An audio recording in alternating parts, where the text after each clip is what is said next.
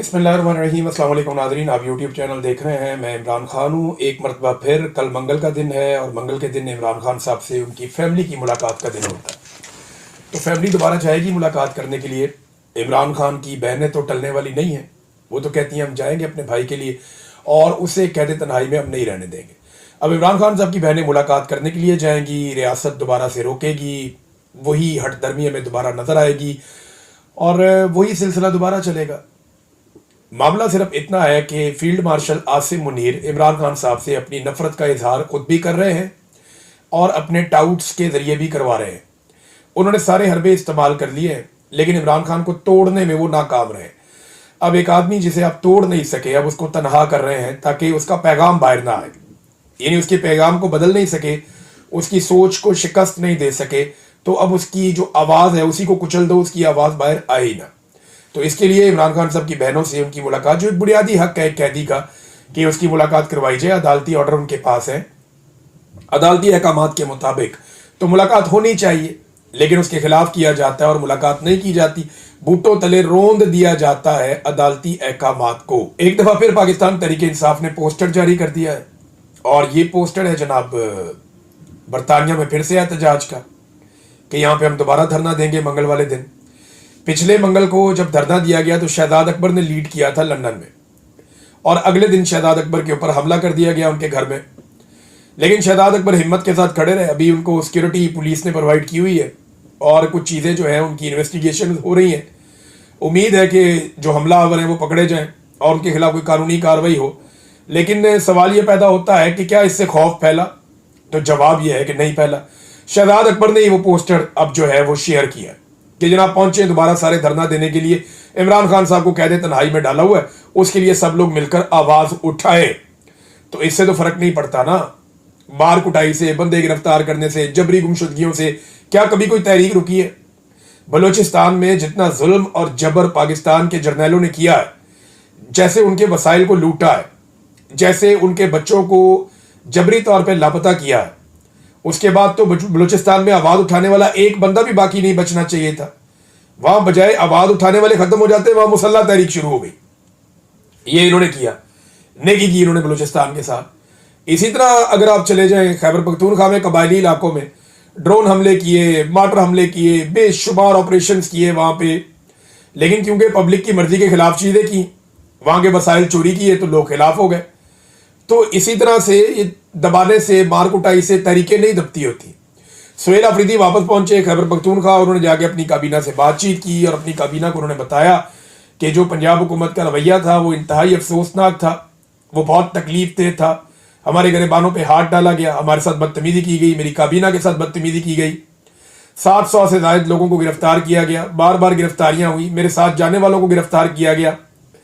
तो उन्होंने लाइटें बंद कर दी गई, खाना खाने के लिए जहां जाना था वहां पे लाइटें बंद कर दी गई, हर तरफ पुलिस ने रुकावटें खड़ी की थी। तो ये सारी बातें सुहेल अफरीदी ने ना सिर्फ अपनी काबीना के सामने रखी, बल्कि मरियम नवाज को एक खत भी लिखा है। ये इंतहाई जमहूरी तरीक़ाकार है।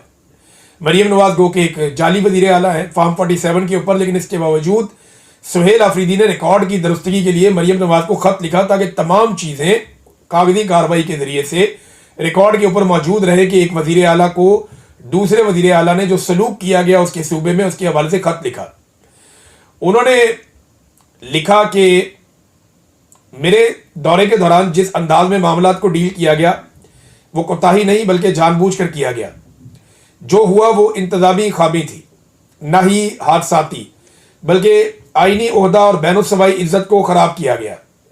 उन्होंने कहा कि मैंने 4 करोड़ लोगों के नुमाइंदे की हैसियत से लाहौर का दौरा किया। जो कुछ भी मेरे साथ हुआ वो किसी भी तौर पर एक अवामी नुमाइंदे के शायन शान नहीं था। मार्केटें और अवामी मकामात को बंद करके लाहौर के शहरियों को तकलीफ दी गई।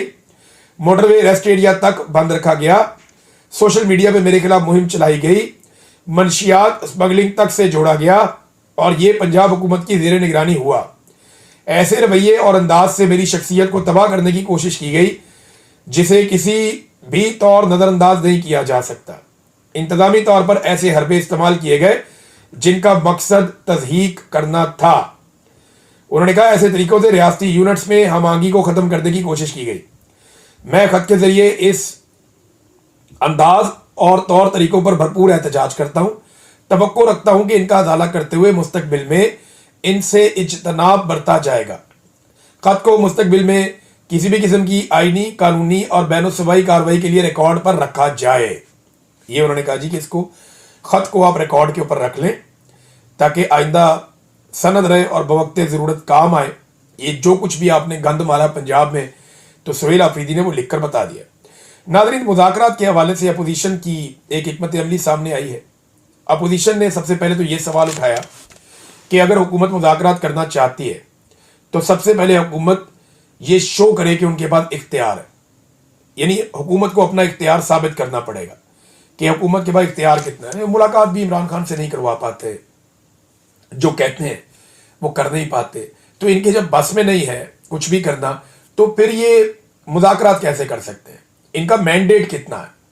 ये कितनी बात कर सकते हैं और कितनी बात पूरी कर सकते हैं? ये सवालात अपोजिशन अब उठा रही है हुकूमत से। हुकूमत के लिए इससे मुश्किलात बढ़ेगी।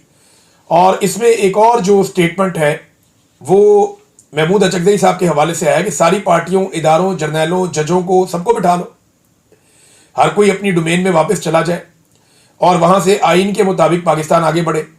हम पाकिस्तान को मुश्किल से निकालना चाहते हैं।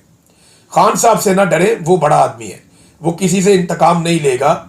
ये अल्लामा राजा नासिर अब्बास साहब ने भी कहा, यही बात जो है महमूद अचकज़ई साहब ने भी कही, और उन्होंने बड़ा क्लियर मौक़िफ़ दिया। और पाकिस्तान तहरीक इंसाफ ने कैटेगोरिकली कहा कि जी मुज़ाकरात का इनको इख्तियार दिया हुआ है इमरान खान साहब ने, तो ये मुज़ाकरात कर लें। महमूद अचकज़ई साहब, अल्लामा राजा नासिर अब्बास साहब, इनके पास मैंडेट है, आप इनसे बात करें, जाके आप मुज़ाकरात करें।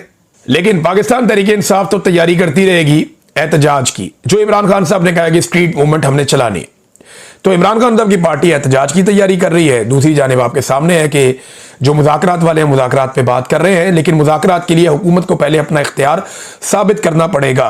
सिंध में स्ट्रीट मूवमेंट पर काम शुरू हो गया है। बहुत सारे शहरों से, बहुत सारे इलाकों से बहुत सारी वीडियोज़ आई हैं जहाँ पे गली मोहल्लों के अंदर लोगों को एंगेज किया जा रहा है, लोगों तक मालूमात पहुँचाई जा रही हैं, अगली आने वाली स्ट्रीट मूवमेंट के लिए उन्हें मोटिवेट किया जा रहा है। और दूसरा, जैसे मैंने आपको बताया था कि खैबर पख्तूनख्वा के अंदर अब एक बड़े पैमाने पर स्ट्रीट मूवमेंट के लिए एक एक्टिविटी का आगाज होगा, और वो एक्टिविटी आप आने वाले दिनों में देखेंगे।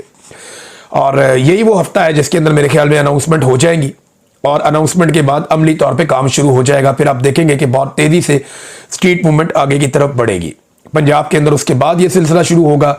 और बलूचिस्तान, आप जानते हैं कि वहां पे पाकिस्तान तहरीक इंसाफ की क़यादत बड़ी तगड़ी है। तहरीक इंसाफ के जो लोग हैं वो बलूचिस्तान में बड़े कमिटेड हैं, और जब वहां पे ये मूवमेंट जाएगी तो वहां बड़ी तेजी से पैगाम पहुंचता है, और बलूचिस्तान भी इसके अंदर शामिल हो जाएगा। फिर आज़ाद कश्मीर में आगे इलेक्शन आ रहा है, और गिलगित बल्तिस्तान में, तो यहाँ पे बड़े पैमाने पर एक्टिविटीज़ की उम्मीद की जा रही है स्ट्रीट मूवमेंट के हवाले से। नाज़रीन, पाकिस्तान के ज़र मुबादला के ज़खायर के हवाले से एक खबर दोबारा पाकिस्तान के मीडिया की जीनत बनी है, और ख़बर वही कह रही है जो मैं आपको बड़े लंबे अरसे से बता रहा हूँ कि पाकिस्तान के पास जितना भी पैसा पड़ा हुआ है उसमें ज़्यादा पैसा दूसरे दोस्त ममालिक का है, पाकिस्तान का वो पैसा नहीं है। 16 अरब डॉलर के आसपास पैसे पाकिस्तान के ज़र मुबादला के ज़खायर में पड़े हुए हैं, पाकिस्तान के कौमी ख़जाने में। और इन 16 अरब डॉलर्स में से 12 अरब डॉलर से ज़ायद रकम हमने दोस्त ममालिक की रखी हुई है, बाकी थोड़ी सी रकम पाकिस्तान की है। और रोल ओवर करने के चक्कर में पाकिस्तान अब कर क्या रहा है, पाकिस्तान अपने असासे दोस्त ममालिक को दे रहा है। अगर पाकिस्तान इसी तरह अपने असासे दोस्त ममालिक को देता रहा तो पाकिस्तान के साथ क्या होगा, ये मैं आपको आगे चल के बताता हूं। लेकिन पहले ये डाटा देखें।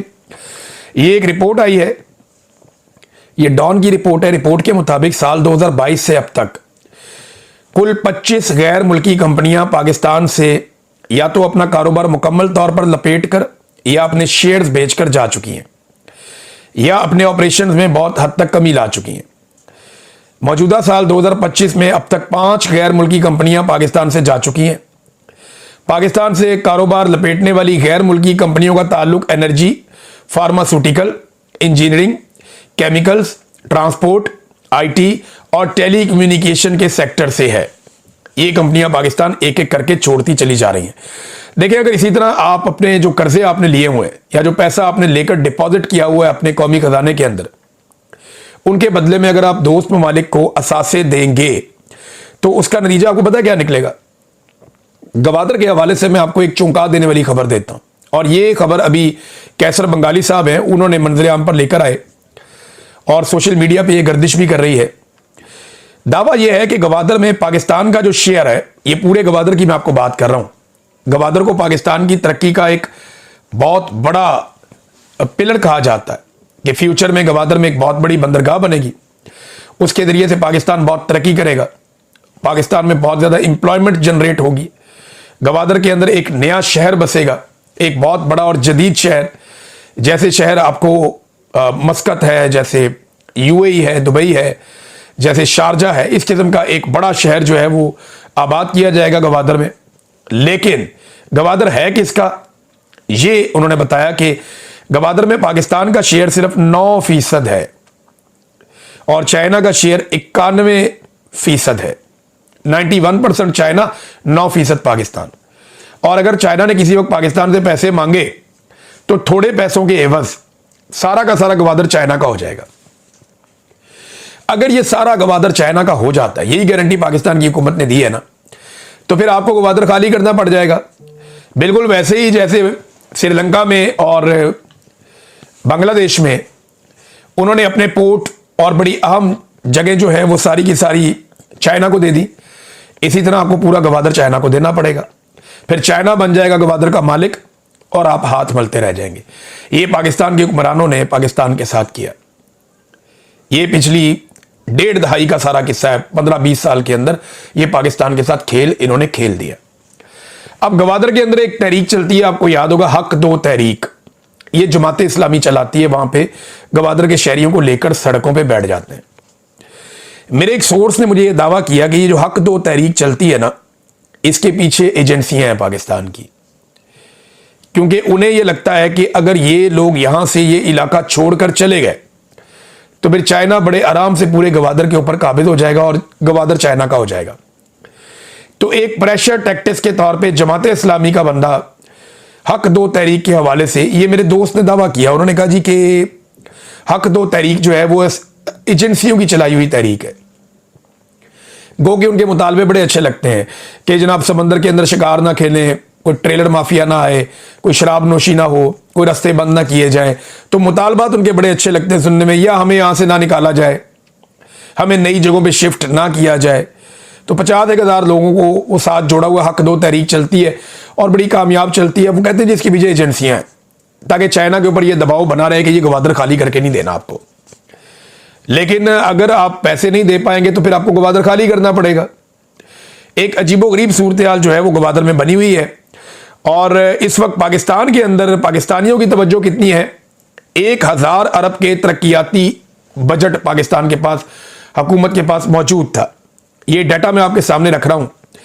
1000 अरब का तरक्याती बजट है, उसमें से सिर्फ 9% खर्च हुआ, यानी 1000 अरब में से सिर्फ 90 अरब खर्च हुआ और 910 अरब जो है वो खर्च नहीं हुआ। ये इन्होंने पाकिस्तान के साथ क्यों किया? देखिए, आधा साल गुजर गया, आधा साल बाकी है।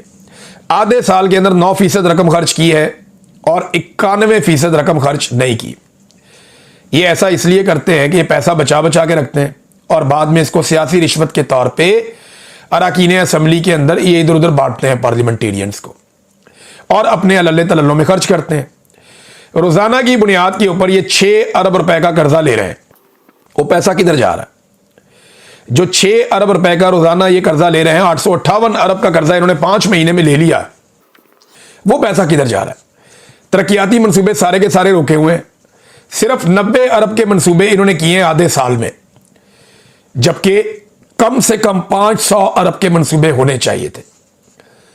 अब तक इन्होंने अपनी रकम में से सिर्फ 9% खर्च किया है। बाकी रकम को ये सियासी रिश्वत के तौर पे इस्तेमाल करेंगे या पैसे को बचा लेंगे और तरक्याती मंसूबे रोक लेंगे और इस पैसे को जमा करेंगे कौमी खजाने में और कहेंगे जी हमने कौमी खजाना बढ़ा दिया है। नादरीन, ये सब फ्रॉड है। अवाम की तरक्की के लिए ये हुकूमत कुछ नहीं कर रही और जब आप इकदाम नहीं करते तो फिर आपके साथ यही होता है। आप इंडिया की मिसाल ले लेना, ये आप मिसाल देखें इंडिया की। इंडिया में 24 घंटे के अंदर 50 अरब डॉलर की सरमायाकारी के मुआहदे हो गए। 50 अरब डॉलर, ये रिकॉर्ड लग गया। 24 घंटे के अंदर इंडिया ने दुनिया से 50 अरब डॉलर के सरमायाकारी के मुआहदे कर दिए और इंडिया की जो जीडीपी है वो इतनी तेजी से ग्रो कर रही है कि वो 8.2% तक जो इसकी ग्रोथ है जीडीपी की वो बढ़ने जा रही है। पाकिस्तान को इमरान खान साहब 2 साल तक लगातार 6% पर लाए थे और अब पाकिस्तान जो है वो उससे आधे पर भी नहीं है, बल्कि ये माइनस में ले गए थे। बेड़ा गर्क कर दिया पाकिस्तान की माशी ग्रोथ का। और इंडिया कहां पहुंच गया? 8.2% तक ये एक्सपेक्ट किया जा रहा है जिस तरीके से इंडिया में सरमायाकारी आ रही है। तो इंडिया के पास फील्ड मार्शल भी नहीं है, वो इतना आगे भी निकल गया।